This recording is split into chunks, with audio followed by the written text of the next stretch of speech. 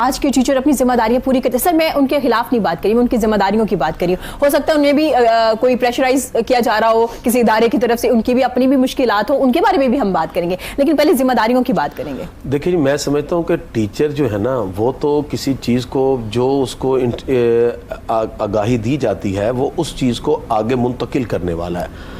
اگر ہم اس کو پورا ایک بیس سے لے کر چلیں نا تو ہمارا جب کریکلم بنتا ہے وہاں سے لے کر اور اس کے جتنے بھی پروسیس ہیں اس سے گزرنے کے بعد پھر اس کی امپلیمنٹیشن کی باری آتی ہے. تو میں سمجھتا ہوں کہ ہمارا وہ ابتدا سے ہی جہاں ہمارا ایک کریکلم بننا ہے اس بچے کی مینٹیلٹی کے مطابق, اس کی تھنکنگ پار کے مطابق کہ اس کو ہم نے کس لیول کا جو ہے نا نالج ڈونیٹ کرنا ہے, تو اس انداز کو, اس طریقہ کار کو میرے خیال سے ابھی تک پاکستان میں اس انداز میں پیش ہی نہیں کیا گیا. کہاں پہ کمی نظر آئی؟ کمی کئی جگہ پر, یعنی سٹارٹ تو کریکلم سے بن گیا نا, جہاں سے آپ نے چلنا تھا وہ تو بیس تھی.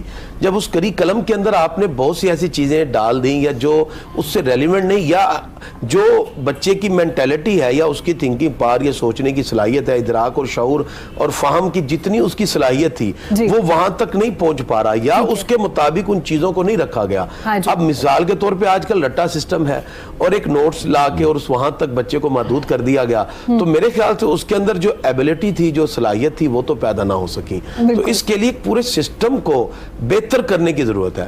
ٹیچر جو ہے وہ تو ظاہری بات ہے چیز کو آگے منتقل کر رہا ہے, اس کے پیچھے جن لوگوں نے ان تمام کریکلم کو تیار کیا اور اس کے بعد اس کی تیاری کے بعد اس کو ایک پروگرام دے دیا کہ آپ نے یہاں سے لے کے یہاں تک سلیبس, اب وہ سلیبس کی دوڑ لگی ہوئی ہے. اب سلیبس کی دوڑ ہے, ایک نمبر کی دوڑ ہے اور بس اسی پوزیشن کی دوڑ لگی ہوئی ہے.